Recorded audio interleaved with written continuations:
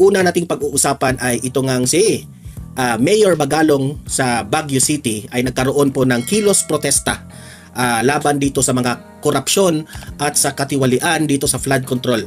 At yan po ang ating pakikinggan, itong sumali itong si Mayor Magalong doon sa kilos protesta.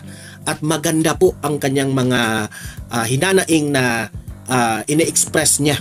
Okay? At tayo po ay magre-react doon na sapul, suplak na suplak po itong mga buwaya sa gobyerno. Okay? Pahiya kayo dito kay Magalong. Pangalawa natin pag-usapan ay pakinggan na natin mismo ang presidente ng Pilipinas, itong si Bongbong Marcos, na may paiyak-iyak effect pa ha. Kanina sa ating vlog ay pinakita natin yung teaser na umiyak si Bongbong Marcos. Ito yung part ng video na ito na medyo mahaba po ito, but this is not the whole video, but this is the part of the topic na tinanong siya, anong masasabi mo dito sa mga ginagawang korupsyon dito sa mga government officials, okay? Magre-react po tayo sa kanyang mga sinasabi dito.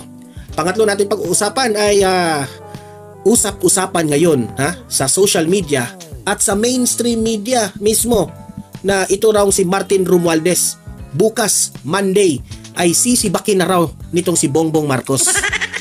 Sisibakin na raw. Tingnan natin kung matutuloy ito. Tingnan natin kung kaya ba ni Bongbong Marcos na sibakin itong si Martin Romualdez. Okay, yan po ang pag-uusapan natin sa pangatlong topic natin. Okay, pero bago ang lahat guys, bago natin ito pag-uusapan, niyo po muna na i-like at saka i-share itong video na ito para kakalat ito sa taong bayan. Okay, mahalaga like and share. Okay, ready? Sabay-sabay mo tayong mag-like and share. 1, 2, 3, go! Kaya naka-like and share na ba? And sa mga bago pa lang dito sa aking channel sa Donmar TV, mag-subscribe na po kayo kung first time nyo itong napanood, no? Para lagi kayong updated sa ating mga balita.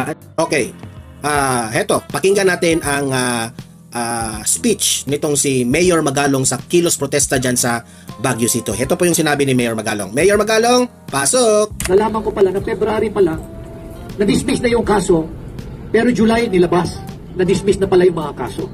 Ganyan katindi ang impluensya nitong mga korap na politiko na to, na kaya nilang sirain kung kakalabanin mo sila, pero hindi ho dapat tayo pumayag. Sobra na, wala nang katapusan yung kanilang kasakiman, especially in the fight against corruption, dahil napakalaki hong bagay ito sa amin. Dati-rati ho kami ho sa mga alam, sa totoo lang, napasalamat nga tayo na meron pang nag-iisang Mayor Magalong na matapang na ibinubulgar po ang mga katiwalian. Kunti lang ho sa amin ang nakikipaglaban. I remember when we started this in 2019, kukunti lang ang nakikinig at naniniwala.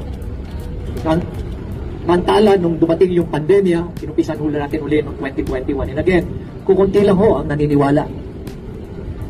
Sabi nga ho nung isang kaibigan ko, Senator, you know, Benji, the fight against corruption, when you look behind me, nobody is out there. Or when you look behind you, nobody is out there fighting with you.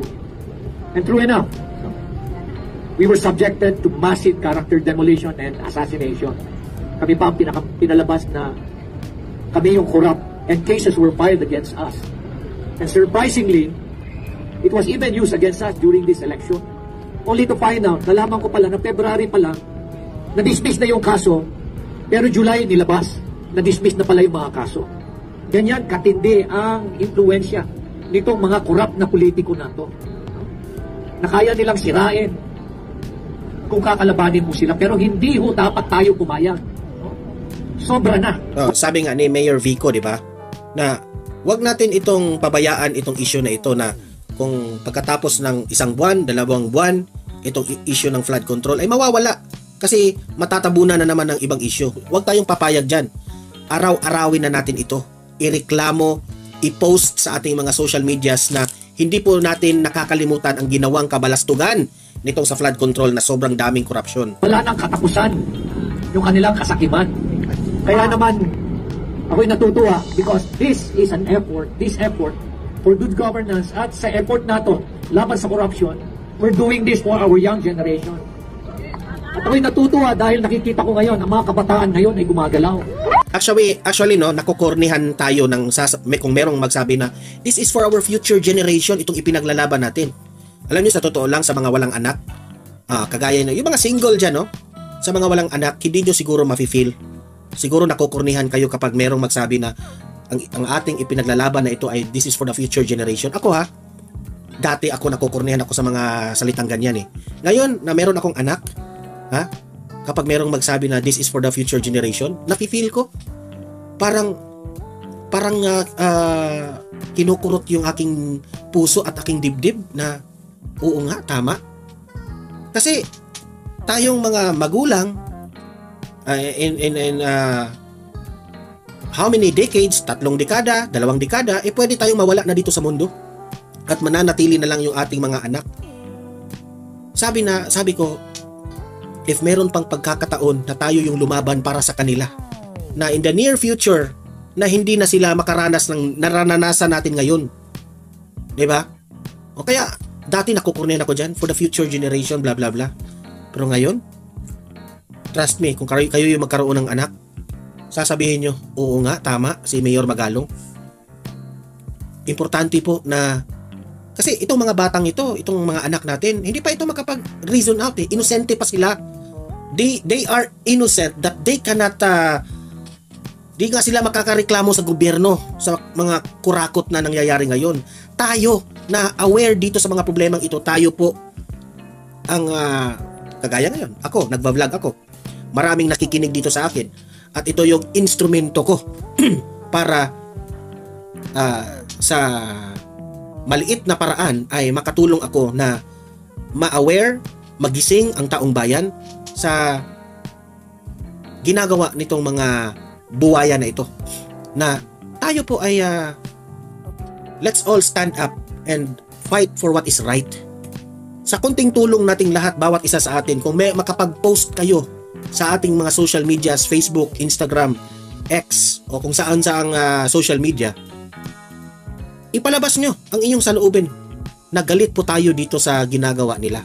Kasi, ang tanong ko sa inyo, kailan pa tayo kikilos? Kung walang isa sa atin, kung baliwala lang natin, o tingnan nyo yung Indonesia ba yun? Talagang kumilo sila. Pinakita nila sa kanilang gobyerno na tama na, sobra na. So dito sa kilos protesta na ito, sinusuportahan po ni Mayor Magalong. Okay? And I hope na dapat wag lang itong kampanya, itong krusada na ito, hindi dapat matapos lang ng 6 na buwan, 1 buwan, 1 taon. Dapat tuloy-tuloy po ito dapat. Hanggang pumino ang ating mga political leaders. Ganun na rin po yung ating mga bureaucrats na nakipag-ugnayan. No, itong corruption na nangyayari po na ito. Ito po syndicated na, highly organized crime. Kung nakikita nyo, akala nyo yung mga contractor lang ang may sala. Hindi po yan. May sala ang contractor, may sala yung mga involved dyan sa mga infrastruktura na proyekto. Hindi pa yan.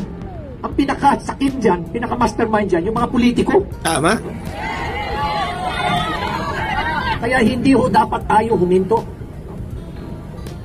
Dahil ito'y laban ho natin para sa kabataan, laban din ho natin to para sa ating bayan.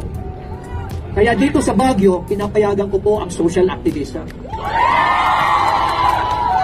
Because this is the only way we will be able to change the world. Sabi ko nga it does not take one to have a title, to have a position, to have influence, to have fame, to have money. All you have to do is have that courage to change the world. And you are practically doing it now. And thanks to our young people.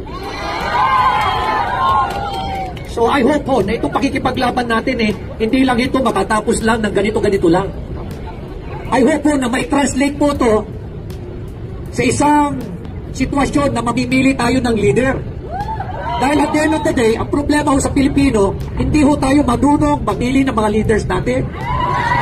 Pinakitaan lang ho tayo ng pera, nasisira na ho yung diskarte natin. Tandaan ho ninyo, masarap ang pera.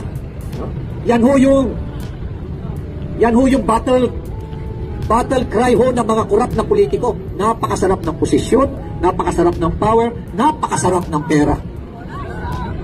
Huwag ho nating pabayaan na masisira ho yung ating mga moral values. Muntik na ho tayo rito sa Baguio. Huwag ho natin papayagan. Pero hindi lang ho Baguio ang ilalaban. Makikipaglaban lang ho tayo for Baguio only. Hindi ho dapat. Para sa buong bansa. Para ho sa buong bansa. So sa inyo pong lahat, sa ating mga kabataan, Maraming salamat po sa inyong lahat, sa ating pong mga elders, at sa ating pong mga kababayan sa siyudad ng Baguio at sa mga bisitaw natin. Maraming salamat sa pagdalo nyo rito. Let us keep on fighting. Let us keep the fire burning. God bless you all. Ayan ha, so malinaw po yung mensahe ni Mayor Magalong. Let us keep the fire burning. No? Di na tayo matatapos dito. Dapat araw-arawin na natin na magreklamo. Kasi po, matatapos tayo kapag titino na yung gobyernong ito. Okay? Araw-araw na tayo mag-post, mag-remind na batikusin natin yung mga corrupt na mga government officials. Di tayo titigil. We are just playing around, no? Kahit sinong presidenteng ilagay natin, meron pa rin nagkukurap. Kaya tayo rin, hindi rin tayo titigil na ipahiya sila, no, sa publiko. I-booking natin sila kung meron man tayong matuklasang kabalustugan dito sa mga buhaya na ito. Okay.